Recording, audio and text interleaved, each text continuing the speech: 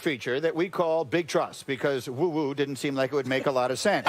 So we're going to go through a couple of scenarios from the Super Bowl and decide if we have big trust in these situations. Let's take them one at a time. Dan Orlovsky, I'll start with you. How much trust do you have in the 49ers if Jimmy Garoppolo has to throw 30 passes on Sunday? As much trust as one could possibly have. Can we stop talking about Jimmy Garoppolo like he's a bum? He's thrown for 30 passes in a game 8 times this year. They won 6 of those games. He's 191, 262 passing attempts in those games when he's got to go over 30. So, can we stop talking about Jimmy Garoppolo like he can't play? He's one of the better quarterbacks in every ranking this season. If he has to throw 30 passes, they'll be just fine. Kyle Shanahan will handle Jimmy Garoppolo just fine. Next up, Dominique, how much trust do you have in Richard Sherman if he finds himself one-on-one with the speedy Tyreek Hill? Oh, man, I don't have a lot of trust in that situation because I have a ton of trust in Patrick Mahomes. I think Richard Sherman can survive in that situation if that front four gets the pressure that they need. But if he's out there for 3-4 seconds needing to run with Tyreek Hill or Mecole Hardman for that matter, it's not going to work out well for that 49ers defense. But,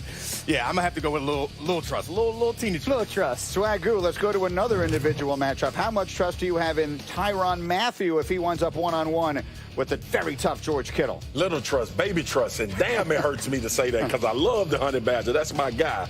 But it's just size, G. I used to play a video game. You know what the video game said? Big, fast people beat little, fast people. And that is this perfect example.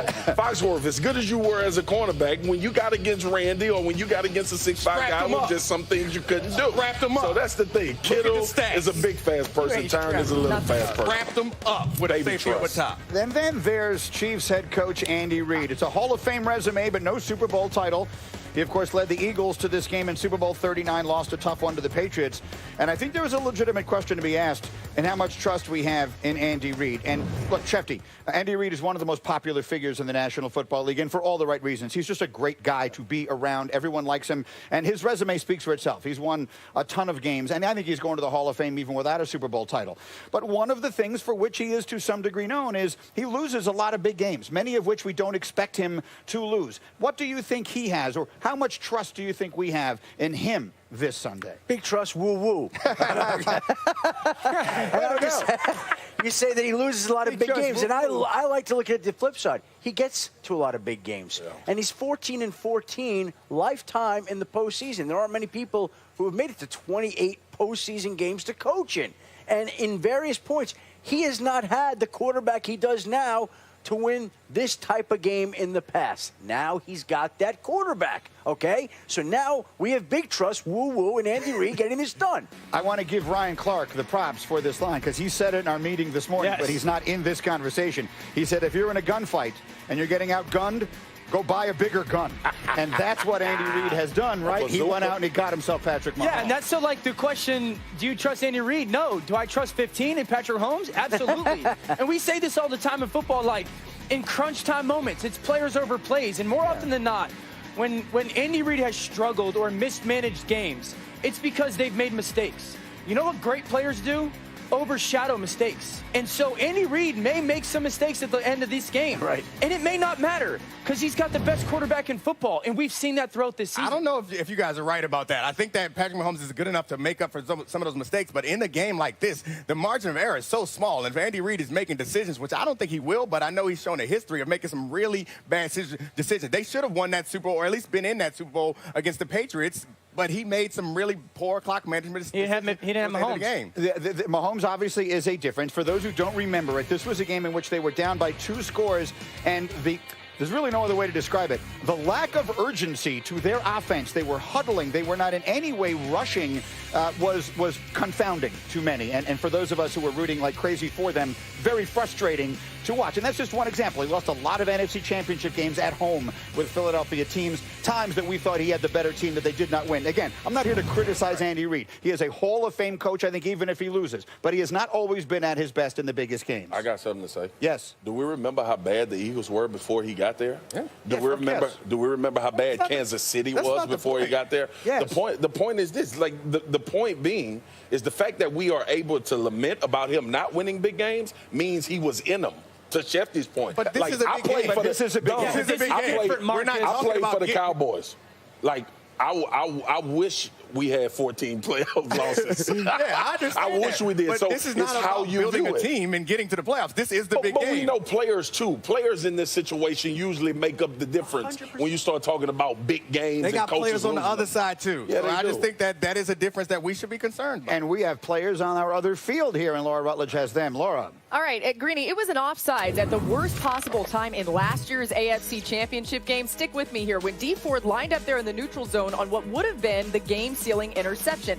So, just days before this big game, Frank Clark, quick to recall that moment. Take a listen to this. I just knew he had lined up off sides, and that anybody who lined up off sides in a time like that, I feel like that's a dumb penalty at the end of the day. I'm sure he feels the same way. It's a year later, though. He back here this year, and it's a wonderful thing for him. I'm sure he got a lot to prove, so it's gonna be a good day out there. All right, Ryan Clark and Bobby Carpenter here. And look, Frank Clark just calling out Dee Ford. What we got on that before we get to more here? See, here's what happens. He called out Derrick Henry. He said they were going to ball, and Derrick Henry doesn't play well. They win the game, and he's like, see, I told you, we the best team in the world. That Hunt trophy is staying here. So once you get rolling, then sometimes stupid begins to fall up out of your mouth. And he's talking about Dee Ford lining up off sides, and if you hear more of that, he's like, well, I've lined up off sides, but not in that type of situation. Listen, it's something that happens in football. You let it go. You are not playing Dee Ford. You're going to be chasing Jimmy Garoppolo. Okay, you said stupid sometimes falls outside of people's mouths, but Frank Clark is a really good player. Why? Yeah. Listen, his mouth runs, but not as fast as his motor does. If you look at Frank Clark, especially in these playoffs, he's done a great job of getting at the quarterbacks after the right time. Here you're going to see Taylor Lewan. Watch the fake spin. He hits him with the Igip. It's almost like rest in peace, Kobe Bryant post move. Now watch him give chase.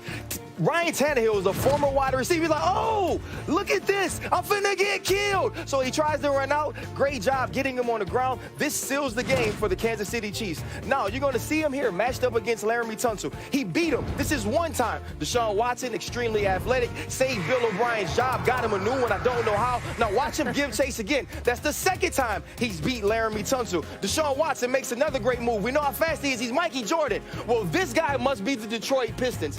He continuously and relentlessly pursues the quarterback. He's changed what this defensive front has been, and he has to play big in this game. And so it strikes me like, and not to take any away from Frank Clark, he's a great player, as you showed. Like, he's got a high motor. He's a talented pass rusher. They brought him in from Seattle. He's been an instant impact. But saying that the San Francisco 49ers haven't seen a guy like me, buddy, you been watching any of their games? Like, they got Nick Bosa right on the other side. What team did he play for before? He played for Seattle in the same conference. But you watch Nick Bosa here, he has 54 sacks in single blocking. When you one-on-one block him, he's the best in the NFL. Nobody is close to him at that. So to say, like, they haven't seen a guy like me, these are the guys they practice against. They practice against the best defensive line RC every single week, and I don't know what he's talking about. But look, some D linemen just kind of have to be that way. You got to be maybe a little bit crazy about yourself to go ahead and go out there and compete the way that Frank Clark does. Listen, maniacs are good. I played with a couple of them. I think the other thing about Frank Clark is he's adding a belief to this team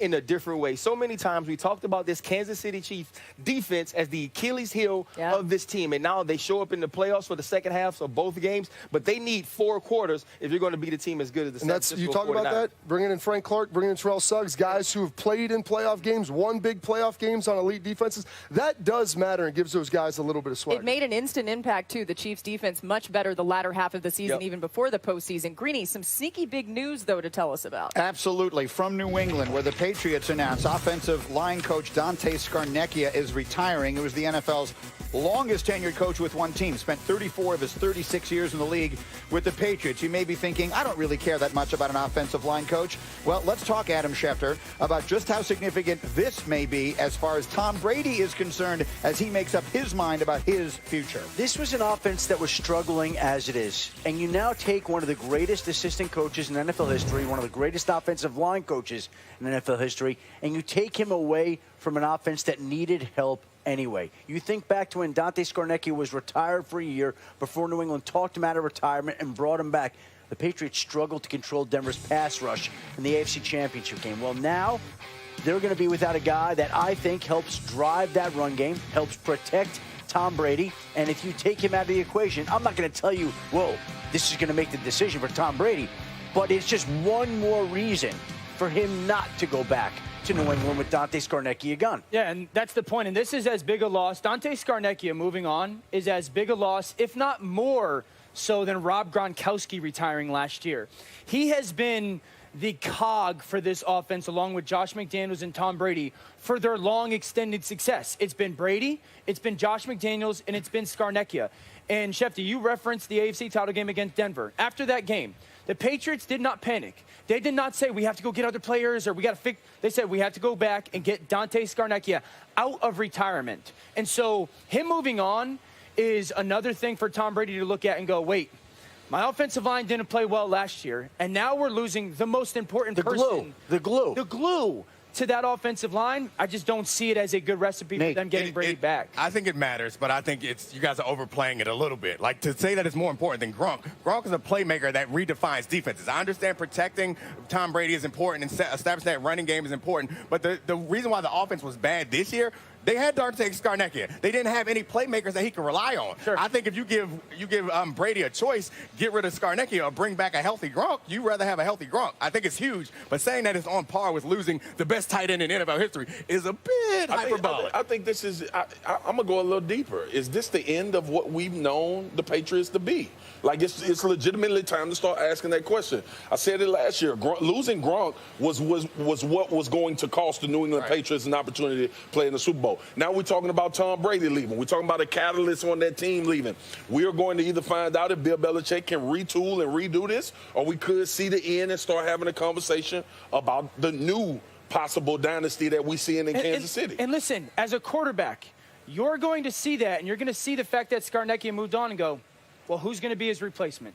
Because who replaces him, Tom Brady's either going to look at and go, yep, he can do it, or nope, there's no shot I'm playing behind that offensive line. All right, we have more to do here from the beach. As you may be aware, Rafa Nadal got knocked out of the Australian Open while you were sleeping.